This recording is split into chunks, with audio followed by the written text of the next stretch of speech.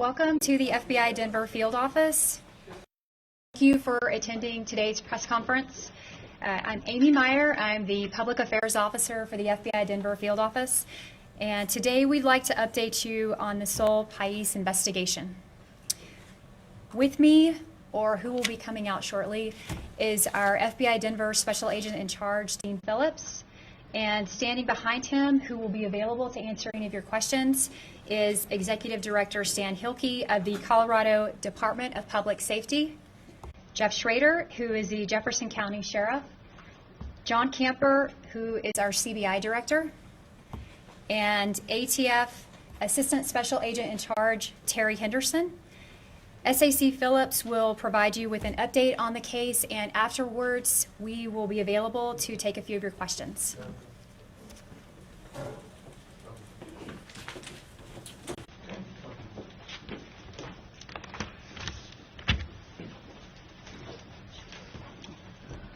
Thank you all for being here today.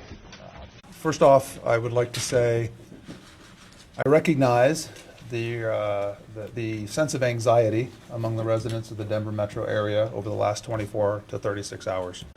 There was a lot of information flowing, and it was troubling for some, causing a lot of anxiety. I fully recognize that, and I want to thank you for your patience and understanding as we dealt with this trying potential threat to the community.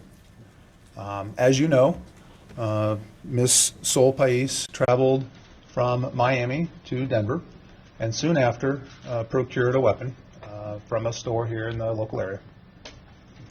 We, based upon, we had heard from Miami threat information, potentially threat information, based upon her actions and comments that she had made to others. We took it as a credible threat to the community and potentially a threat to schools in the area, although non-specific to any particular school.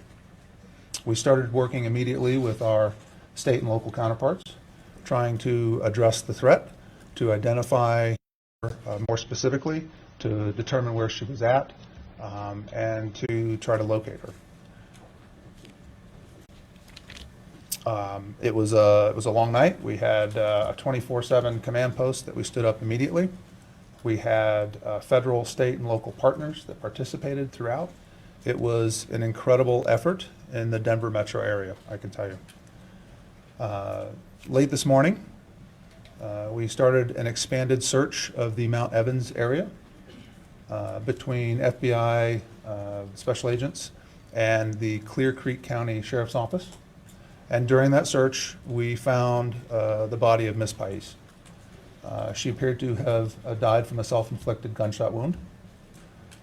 We subsequently sent out our evidence recovery team as well, because we're going to assess the crime scene, if you will, and make sure that there's nothing further, no other further criminality involved with that crime scene. At this point, it looks as if she was alone, that she took her own life with the weapon that she procured. We will continue our investigation at this point. The reason we do that is we are trying to follow every lead, assess every social media outlet, everything that she may have done over the last several months to a year, to ensure that there are no accessories, that there are no accomplices that might be working with her. It's very important for us to ensure that there is no further threat to the Denver community. I would like to point out, I think it's very important for folks to recognize, the law enforcement cooperation, the partnerships during this investigation, these trying 36 hours, was incredible. The federal partners, the state partners, the local partners all came together in an incredible manner and worked tirelessly to put this to bed. We were obviously concerned that there was a potential threat to the Denver metro area, but as residents of Denver metro, you should feel confident that your law enforcement community is protecting you and keeping you safe. So, I want to give special thanks to the FBI Miami Division for advising us and sending the lead to us yesterday morning. And I certainly want to thank all of our partners for their participation, some of which you see standing behind me, but this is certainly not all-inclusive. And finally, I want to thank the public. Again, we put out bolos, we put out requests for tips, and there was tremendous response to that.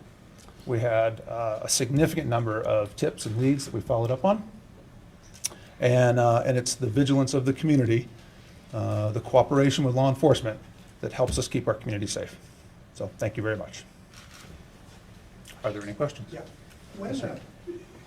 When did you learn she was up around the Mount Evans area, and how did you guys know that?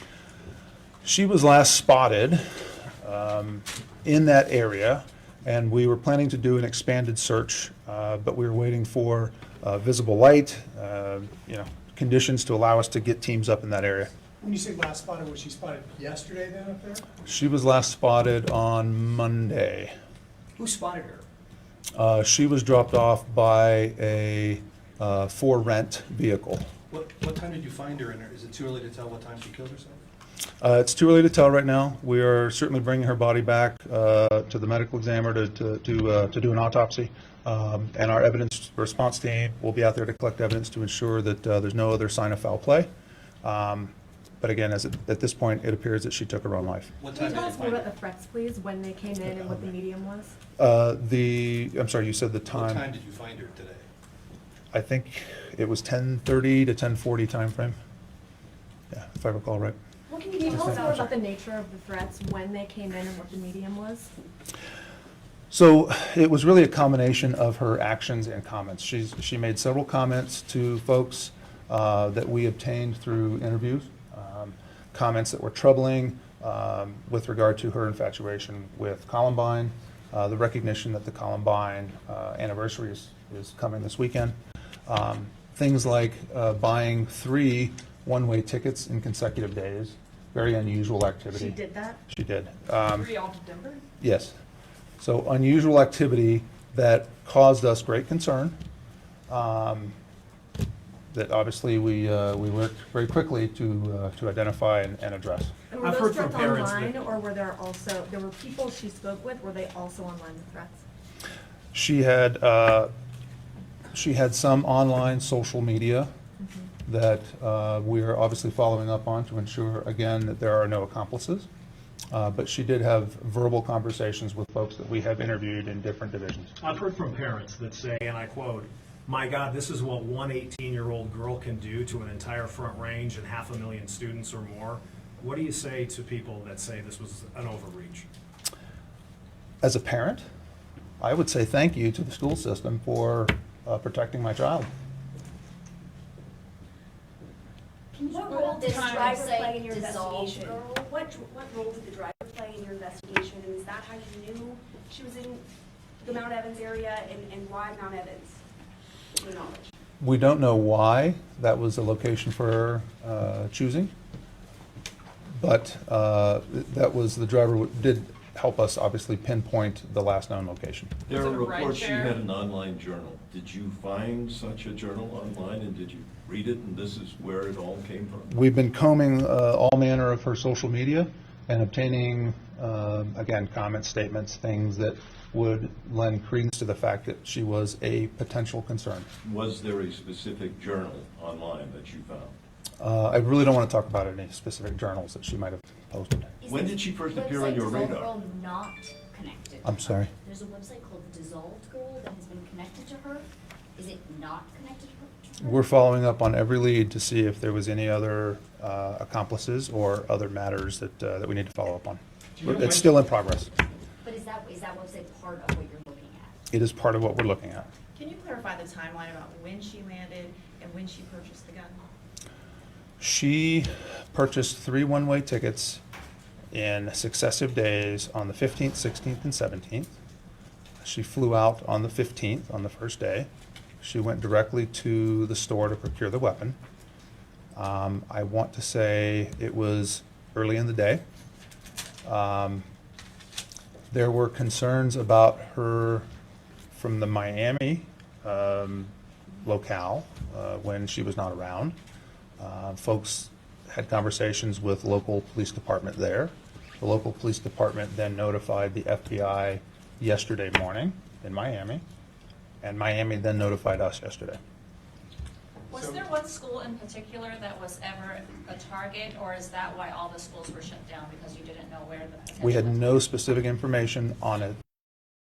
It was generalized potential threat information, and we were concerned about any particular schools. If she had been found alive, what potential charges could she have faced? Would this have been considered domestic terrorism? We have been working with the U.S. Attorney's Office and the District Attorney's Office to file appropriate charges.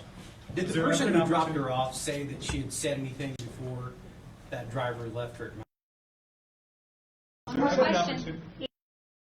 Her mental health status during this investigation? I'm sorry? What did you learn about her mental health status during this investigation? I'm not a psychologist, so I wouldn't have the professional ability to say anything, to really speak to that. No background where she voted history. We knew that she was in contact with gun stores prior to her departure, and we went to the gun store and determined, in fact, that she procured a weapon. All right, we're going to conclude the press conference. Thank One you more very question. Was there an opportunity to flag the purchase of the gun, or was the timeline just not working that way? We didn't know she was a threat until after the weapon had been procured. All right, thanks, everybody. Thank you.